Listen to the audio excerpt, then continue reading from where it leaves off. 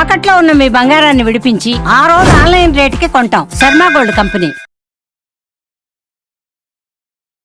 ఓం శ్రీ గురుభ్యో నమః. విశ్వావసునామ సంవత్సరంలో వృశ్చిక రాశి వాళ్ళకి ఏ విధంగా ఉందో ఒకసారి తెలుసుకుందాం. వృశ్చిక రాశి అంటే విశాఖ నక్షత్రం 4వ పాదంలో జన్మించిన వ్యక్తులు, అనురాధ నక్షత్రం 1, 2, 3, 4 పాదాలు, జ్యేష్ఠ నక్షత్రం 1, 2, 3, 4 పాదాల్లో జన్మించిన వాళ్ళందరూ వృశ్చిక రాశి జాతకులు అవుతారు. తో, నా, నీ, ను, నే, నో, యా, ఈ, యు అనే అక్షరాల వాళ్ళందరూ కూడా వృశ్చిక రాశి జాతకులు అవుతారు. వృశ్చిక రాశి వాళ్ళకి 2 ఆదాయం, 14 ఖర్చుగా ఉంటుంది. రాజ్యపూజ్యం అనేది 5 ఉంటుంది, అవమానం అనేది 2 ఉంటుంది. వృశ్చిక రాశి వాళ్ళకి 45% బాగుంటుందని చెప్పుకోవచ్చు. మరి వృశ్చిక రాశి వాళ్ళకి 45% బాగుంటుంది అని అంటే అన్నిట్లో కూడా కొంత విజయాన్ని సాధించే అవకాశం ఎక్కువగా ఉంటుంది. వృశ్చిక రాశి వాళ్ళ కొద్దిగా అక్టోబరు, నవంబర్, డిసెంబర్ ఈ 3 నెలల కాలం పాటు అనుకూలంగా ఉంటుంది. అంటే గురువు కర్కాటక రాశిలో సంచారం చేయటం వల్లనే కొద్దిగా అనుకూలంగా ఉంటుంది. మరి మిగతా రోజులు అష్టమ స్థానంలో గురువు యొక్క సంచారం వల్ల ఆర్థిక పరంగా కొద్దిగా గండిపడే అవకాశం ఎక్కువ ఉంటుంది. అంటే ఏం భయపడాల్సిన పనేమీ లేదు, భయభ్రాంతులు చెందాల్సిన పని లేదు. ఆదాయం 2, 14 ఖర్చు అనంగానే ఎంబటే మాకేదో డబ్బులు ఖర్చు అవుతున్నాయి, అసలు ఆదాయమే లేదనుకునే వ్యక్తులు కూడా చాలామంది ఉన్నారు. అయ్యో నాయకంటి గారు ఇలా చెప్తున్నారు గురువు గారు అనే వ్యక్తులు చాలామంది ఉన్నారు. వాస్తవంగా ఏమిటంటే మనకు ఆదాయం అనేది వస్తున్నా కూడా ఖర్చులు వేరే చోట్లకి వెళ్ళిపోతూ ఉంటాయి. వేరే చోటుకి వెళ్ళిపోవాలంటే వృశ్చిక రాశి వాళ్ళకి ఆర్థిక పరంగా పుంజుకుంటారు. ఆర్థికంగా పుంజుకోవటానికి కారణం అనేది కొన్ని గ్రహాల యొక్క స్థితి వల్ల ఏర్పడుతూ ఉంటుంది. కాబట్టి ఆ కరెన్సీ నోట్ అనేది ఎసెట్స్ రూపంలో మారిపోతుంటుంది. అంటే గృహ నిర్మాణం చేపట్టే అవకాశాలు ఉండటం, స్థలం కొనుగోలు చేయటం, వాహనాలు కొనుగోలు చేయటం, పిల్లల యొక్క అమ్మాయి యొక్క పెళ్లి చేయటం, బంగారు ఆభరణాలు కొనుగోలు చేసే అవకాశాలు ఎక్కువగా ఉన్నాయి. కాబట్టి మన కరెన్సీ నోటు ఎప్పుడూ కూడా ట్రాన్స్ఫర్ అయ్యి స్థిరాస్తి కిందకి వెళ్ళిపోతుంది. అంటే చరాస్తి అంటే ఏమిటి? డబ్బు.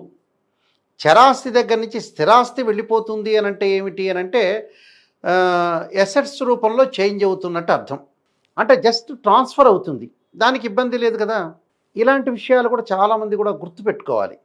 గౌరవ మర్యాదలకు లోటు లేదు, గౌరవం అనేది బాగా పెరుగుతూ ఉంటుంది. ఆర్థిక పరంగా ఆదాయం బాగా పెరుగుతుంది, ఆకస్మికంగా ధనలాభం కలుగుతుంది.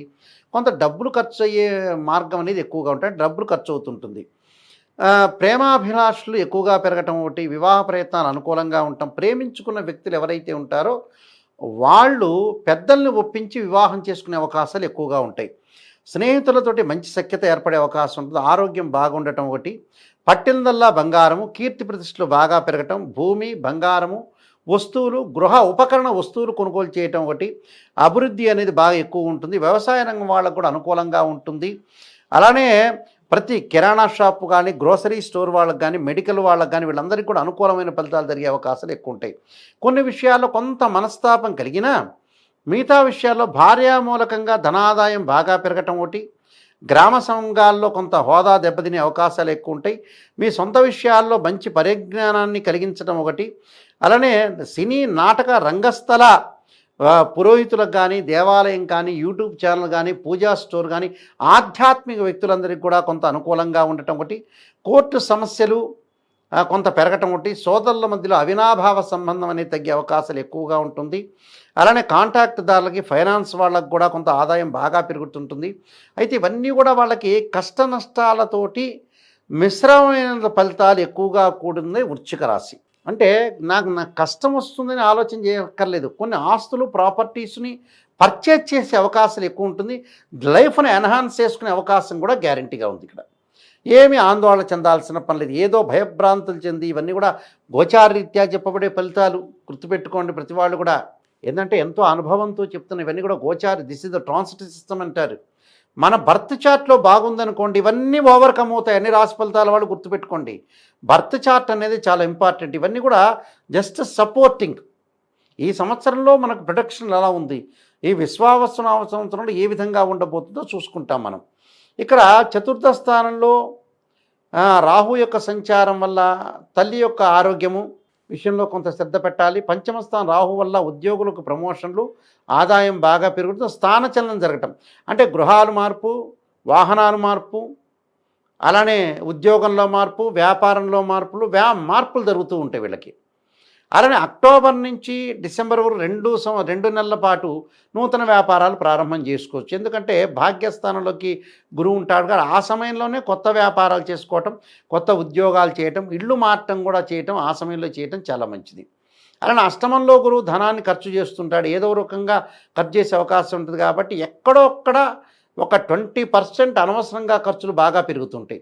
ఆ అనవసరంగా ఖర్చులు తగ్గించుకోండి. ఎక్కడ పొదుపు చేయాలి, చాలామంది కూడా ఈ మధ్యకాలంలో ఏం చేస్తుంటారంటే ఎక్కడ ఖర్చు పెట్టాలో డబ్బులు తెలియవు. మంచి పని కోసం ఖర్చు పెట్టట్లే ఈ మధ్యకాలంలో.